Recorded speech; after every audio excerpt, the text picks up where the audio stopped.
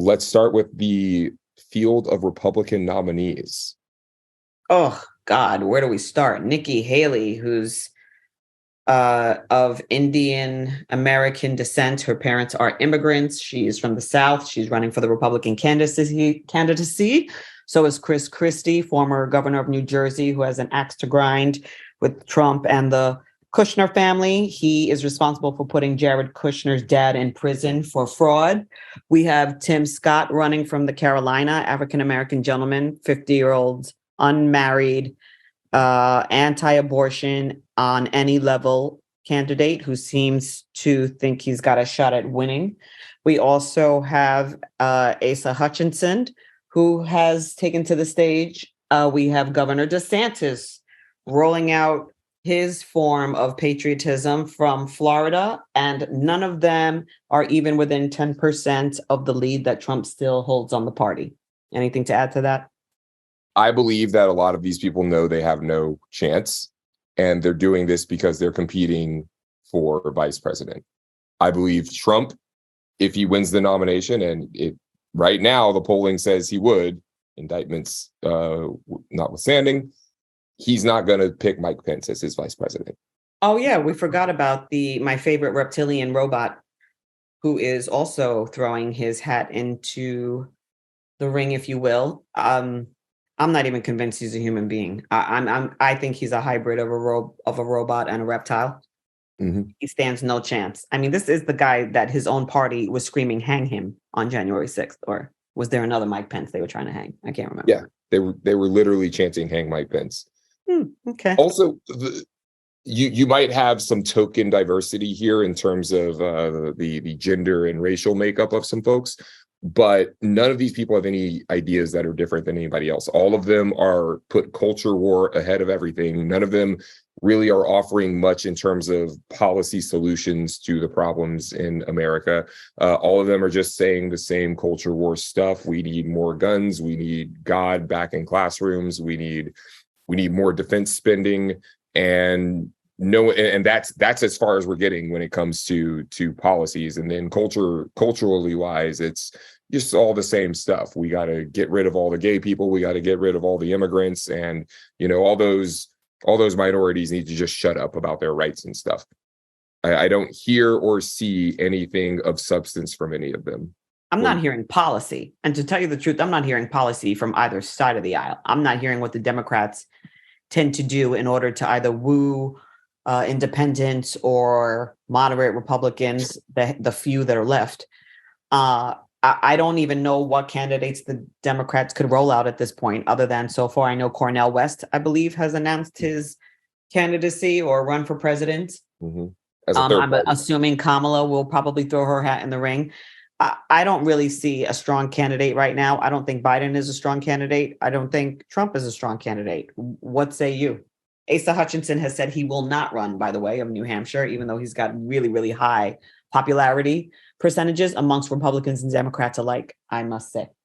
As a Californian citizen, I am sick and tired of seeing Gavin Newsom do everything but announce he's running for president, because he's campaigning all over the country. He's specifically running ads in Florida, campaigning against Ron DeSantis. He's clearly running for president, but he won't just come out and say it. I think he's hoping that Biden will announce that he's not gonna run, because clearly Gavin Newsom wants to already have his infrastructure and name recognition set up. But as a Californian who sees all of these problems in California, specifically in San Francisco, where Gavin Newsom was mayor, mm-hmm. I wish he would spend less time trying to raise his national profile and spend more time focusing on California. He's been politically involved in a major power broker in the state for 10, 15 years now. Mayor, lieutenant governor, etc. He has overseen billions of dollars be appropriated for things like high-speed rail in California. We don't have one godforsaken, tofu-eating, saltwater surfing fucking mile of high-speed rail in this state. Not one. That's And they have shameful. been dangling that in front of us since the 2008 election. It was on the ballot then as a proposition that the entire state got to vote for. Billions of dollars for high-speed rail. We don't have 1 kilometer, not 1 mile, not 1 kilometer, not one. There's no high-speed rail here. That's shameful. And where was it supposed to go to and fro from? By now, we were supposed to have high-speed rail from here all the way up to Vancouver. And we were supposed to have it also go from LA to Vegas and Sacramento to San Francisco. Like we should be working on the extensions beyond that point by now, based on the original plans. And that was also like $10 billion ago as well. Mm-hmm. Now they say, oh, we just need another $20 billion and we should be able to have the rail from San Diego to LA operational by 2026 or 2030 for the rail from LA to San Francisco. That'd be super dope if you did have a rail from there to San Francisco, to tell you the truth. I mean, that would change how people lived dramatically and where they lived. Yeah, and we have the technology. I mean, if they can do it in China and Japan and all of Europe, we have the technology to do it. We just have red tape and bullshit, and all of the donor class and all of their friends want to make sure they get their cut. And so it's going to cost, right now the estimate is that it's going to cost $1 billion per mile to build this high-speed rail system, and that is absolute bullshit. That is not how much it actually costs to build the actual track in terms of parts, labor, and materials. That is not how much it costs. It's all the other bullshit. Yeah. It's all the administrative fees and management salaries that most of funding goes to. Is really pretty shameful. So what do you think it's going to come down to? A Gavin Newsom, DeSantis duel, if you will? I hope. Do you think anybody stands a chance on the Republican Party other than DeSantis at this point? And do you think he stands a chance on the national stage?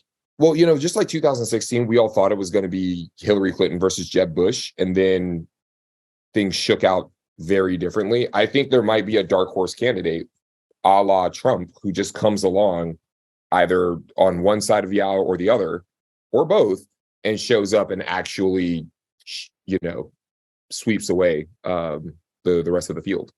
Because we all just assumed it was going to be Jeb Bush and Hillary Clinton back in 2016, and everybody was sick of that. And everybody right now is assuming it's either going to be Biden versus DeSantis, a very old and decrepit Biden at that point, or Newsom versus DeSantis. And no one is excited about that. No one's excited about Biden Trump either. I mean, Jesus Christ. Biden looks like he doesn't even know. He falls more than anybody I know.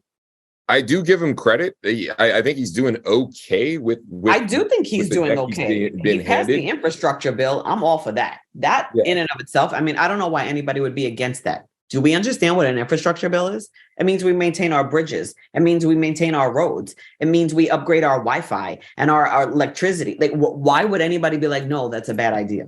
Yeah. And there's not enough money in the world to invest in that. We should be investing in that more than anything else. Yeah. And I don't blame him for the fact that Kristen Sinema and Joe Manchin completely derailed the first 2 years of his presidency. And I don't blame him for the fact that since then they lost the Senate. They kept the Senate. They lost the House. And we also lost the Supreme Court. And so the Supreme Court is who's blocking the student debt relief stuff. Absolutely. But that's Republicans have been working on doing that to the Supreme Court since the 60s. Yeah, which is why Hillary Clinton should have doggone won, right? She should have seen this coming, to tell you the truth. She wasn't a perfect candidate, but like a lot of people in swing states were like, I just couldn't vote for Hillary. And Democrats told them, yo, it's not about Hillary, it's about the Supreme Court. And they're like, oh, fuck off. And that message wasn't clear, though. Republicans focus on, it seems like the Republicans tend to focus on the Supreme Court and the Democrats seem to focus on social justice and the presidency. And the long-term strategy of the Republican Party has won, which was to change the format of the Supreme Court as we know it in our lifetime. I know I know on Twitter, and I know that, Hillary, like, and as part of some of her election stuff, she did say, hey, like, we can't mess around with the Supreme Court. But yeah, I think more of her advocates and more people that were out here, being surrogates, people that were out here going on TV, more folks should have really, really pressed upon this issue. You saw how much they fucked around with Obama's nominees. They stole at least one nominee from Obama that he should have had. Yeah. Right? If How are they able to do they're that? Going to slam through because Mitch McConnell has more gumption than anybody else in the Democratic Party. Remarkable. Mitch McConnell's willing to do some shit, and he's willing to be criticized for breaking norms and shit where the Democrats aren't. And also, they had the Senate. We haven't had a situation where the Democrats had the Senate, but there was a Republican in office. I don't think that's happened ever since George Bush. And back then, they didn't have the balls to do what Mitch McConnell did, just deny George Bush a Supreme Court. Yeah, I mean, it was absolutely unprecedented. I believe it is also unprecedented for a vice president to run against his former president in a second election. Oh, I don't recall that ever happening in my lifetime. Yeah. We'll do a deep dive on this field. Right. Also, as things unfold, right. We still have quite a ways away, but at least so far, those are the candidates who have publicly announced up to this point. Yeah. More pressing. Big fucking yawn. Big fucking yawn for all of them. Yeah. Big yawn.